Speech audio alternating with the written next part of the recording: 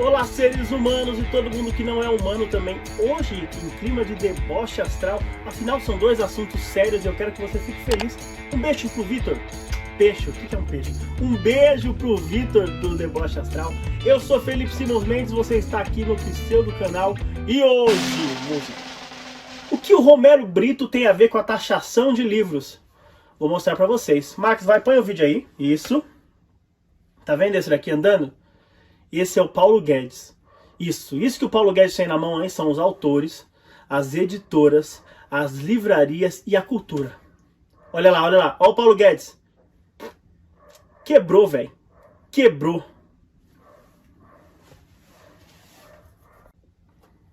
Os livros não pagam impostos desde 1946, na Constituição Primeira, graças ao grande Jorge Amado. Amado, um beijo pra você. Ele morreu, né? Ele é amado. Mas ele é amado, se amado, um beijo pro Jorge Amado, desde 46.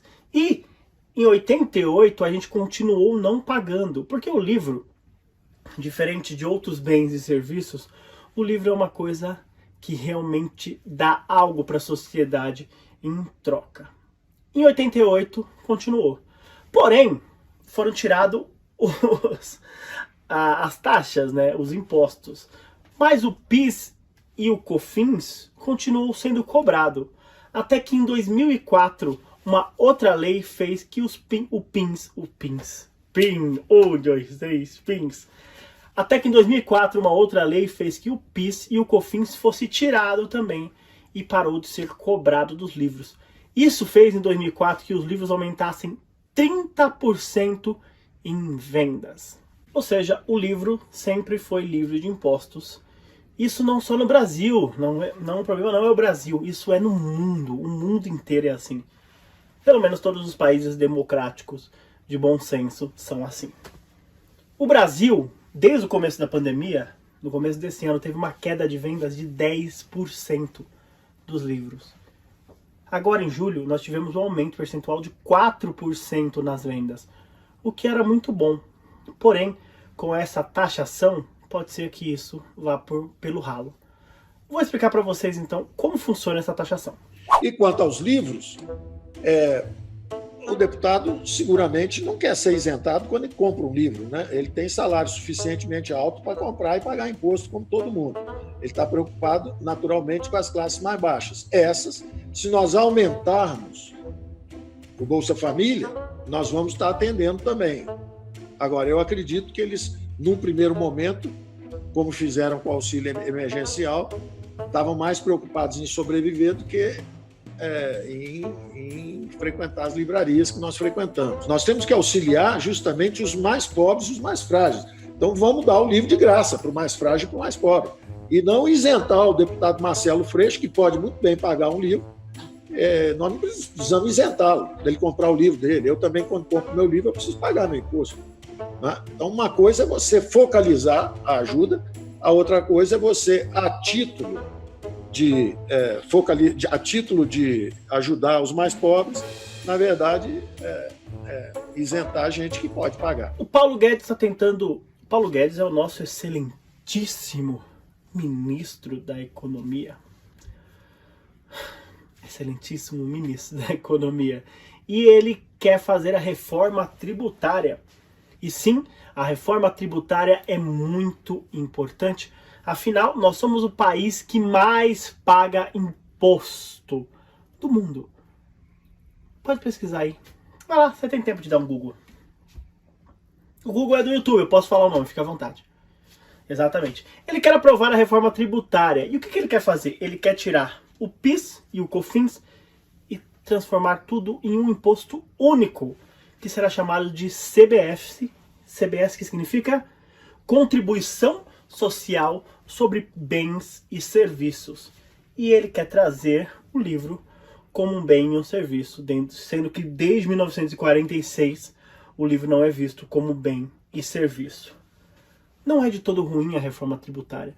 Para algumas coisas, pode ser que ela funcione. Porém, no caso do livro, se você não tem, o livro nunca teve essa cobrança. Então, beleza, vamos lá. Os meus livros, o Linha 3 e o Linha 4 combo, eu vendo por R$60. São 2 livros, mais a entrega por R$60. O preço de capa do meu livro já é R$30. Eu tô fazendo um milagre aí, eu tô vendendo cada um deles a 20, sendo que o preço, porque tem uma coisa de livro que é importante saber. Tem o preço de capa, que é o preço que a editora ou que o autor vai passar para venda, e tem o preço que a livraria paga, que a livraria vende quando você passa para a livraria, e tem o preço de custo. O custo de cada livro desse daqui, nossa, tinha várias coisas dentro, né? Vamos ver o que está escrito aqui. Paulo Guedes, tá, mentira. Esse livro aqui, por exemplo, o Linha 4 Amarela, o preço dele, o custo dele, se eu fizer 1.000, eu pago mais ou menos R$10,50 pela unidade dele. Se eu fizer 500, eu pago mais ou menos 15, R$16. Se eu fizer 100, eu pago quase R$20. Então imagina, eu fiz 1.000 na época disso daqui, eu paguei uma base de 10 a 12 reais, né, fora algumas outras taxas, e eu vendo ele hoje em dia a 30, porém com a promoção eu estou fazendo ele a 20 reais. Eu estou ganhando aí, vamos dizer, 100% em cima. É isso? Matemática pura, eu aqui sou muito bom de matemática. Ou seja, é um livro tem um custo mínimo de R$10, e um livro simples esse daqui, cara. Ele é bem simples, ele não tem nada demais. Então imagine, por exemplo, um livro desse daqui, do Stephen King, o It. Tá aparecendo o It? Não. Não? Beleza. Não imagina, então, esse livro aqui, porque ele não tá aparecendo. Então, imagine, por exemplo, um livro desse daqui. O Cavalo de Troia ali embaixo. Esse daqui. O Lado Sombrio do Sítio, que também é meu. É um livro que tem mais páginas que esse, que tem uma capa diferenciada. Certo? Esse livro aqui é vendido a R$40. É o preço de capa dele.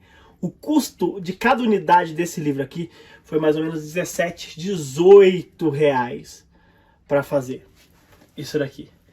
A tributação vai ser de 12%. 12%.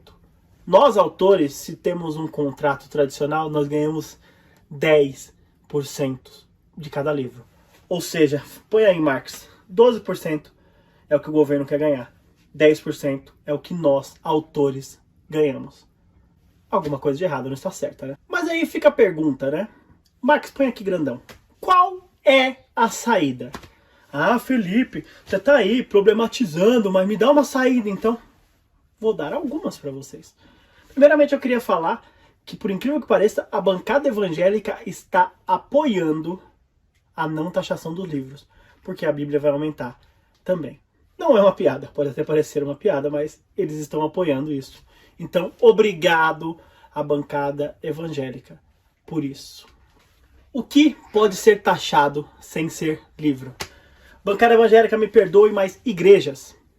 Sim. Vai na Forbes, dá uma olhadinha na Forbes e vê quantos pastores brasileiros estão entre os mais ricos.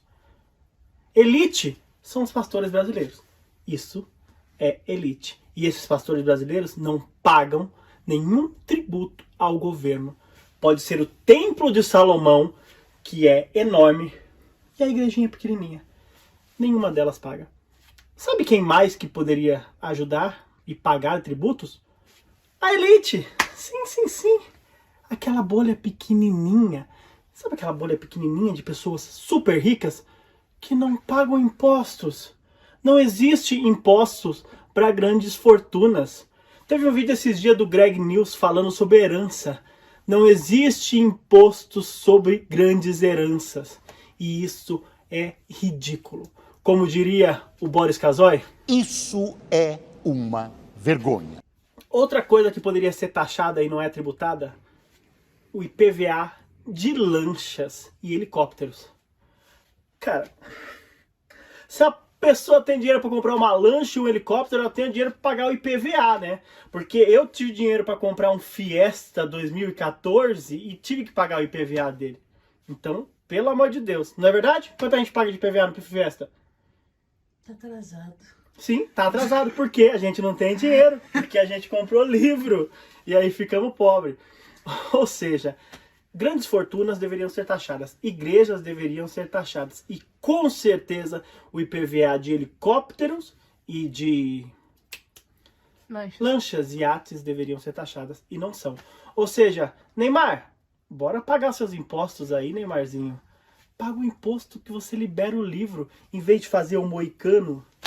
Ou seja, vamos cobrar os Neymares do Brasil. Afinal, já foi provado que o Brasil, ele não gosta de artista, ele gosta de famosos. Antes de falarmos sobre os livros, eu queria deixar uma frase aqui, pode deixar bem grandona aqui, ou você pode deixar ela garrafada aí, o Marx. O Darcy Ribeiro dizia: a crise da educação no Brasil não é uma crise, é um projeto. Eu vou repetir, a crise na educação no Brasil não é uma crise, é um projeto. Ou seja, os pensamentos escusos em aumentar e taxar os livros têm algo por trás. Então fiquem espertos, não se deixem enganar achando que não é isso. É isso. E vamos fazer isso, defenda o livro. Porque você está no seu canal, o melhor lixo reciclado da internet. A gente é um lixo, mas se destaca como uma obra quebrada de Romero Brito. Um beijo!